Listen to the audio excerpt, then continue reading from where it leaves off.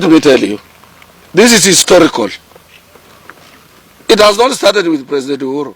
And I was the first person to go back to your clips to advise the Deputy President to have a minute with the retired President, President Daniel Toroitich Arap Moi, so that Moi would have given him a lecture of 5 minutes as per how he ascended to power when he was a Vice President. He's the only first Vice President in the Republic of Kenya to ascend to power after the death of our founding father, Mzee Jomo Kenyatta. And Moi knew, even if he was representing President Jomo Kenyatta in all OAU meetings in Africa, Kenyatta used not to fly, Kenyatta used not to go out. But when he comes back, and Mzee Kenyatta is at Thingirawa Iregi Nakuru, with the former provincial police officer Mungai, the director of CID Mr. Nderi, and Mbiu Mwana wa Koinange, and Mungai, who was the foreign affairs minister, President Moi would not be allowed to go there. He stopped at the door at the first gate and he goes home. The following day, he could not complain to Kenyatta that your people chased me away. He went, he removed his pencil, he counted years of the old man and then he persevered. Until when he finished his term, when his time of ascending to power came.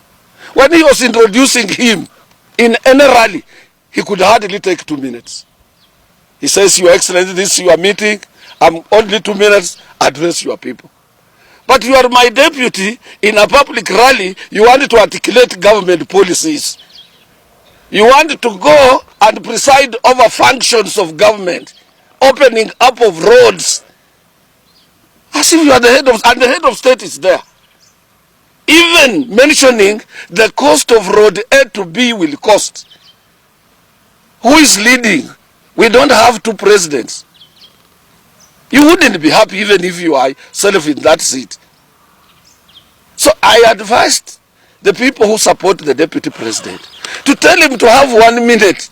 If you want to ascend to power, you must be humble. You must humble yourself behind those who are before you, even if you know more. But when you assume my responsibilities and I'm on the seat, what do you people want President Uhuru Kenyatta to do to Ruto? What do you want him to do? Because even if he would have stayed there in the church and Ruto stands up, he starts articulating government policies, the roads he wants to put up in Kiambu, even in the home of President Kenyatta himself. And you are there.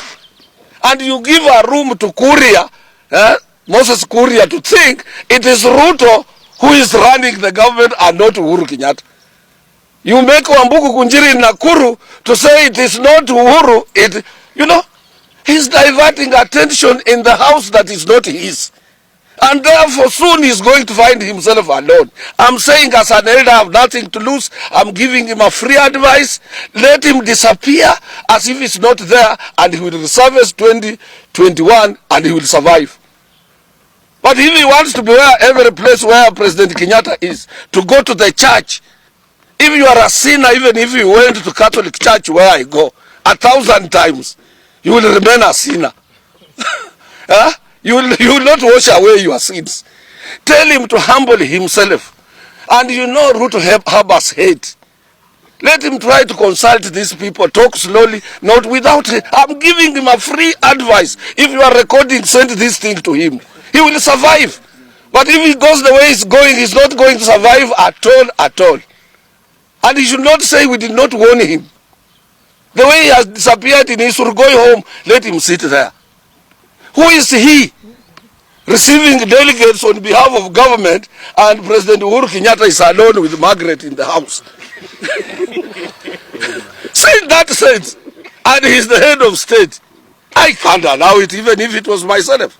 I would say yes. So wewe umesema ni president. Haya, chukua hiyo serikali sasa. And we don't get it. Kibaki aliwacha that shield that protects, a symbol of protection of Kenya, ile upanga, in the hands of only one man. That is Uhuru Muigai Kenyatta. Let somebody tell Ruto, this is free advice. I'm elder. Ruto was born 1966, June or July, when I was leaving Form 4. And in the following year, I started working when he was less than 1 year, on 2nd of June, 1967. His elder sisters are the one who are supposed to be my girlfriends. Who would have been my girlfriends? Huh? His elder sisters, or cousins rather. Huh? Because he didn't know what was going around. When we were dancing bookies and what have you in Nairobi, embracing a bond Kalenjin girl, beautiful Kalenjin girls, he was nowhere. Let him listen to me for free. Let him listen to me for free, and he will survive.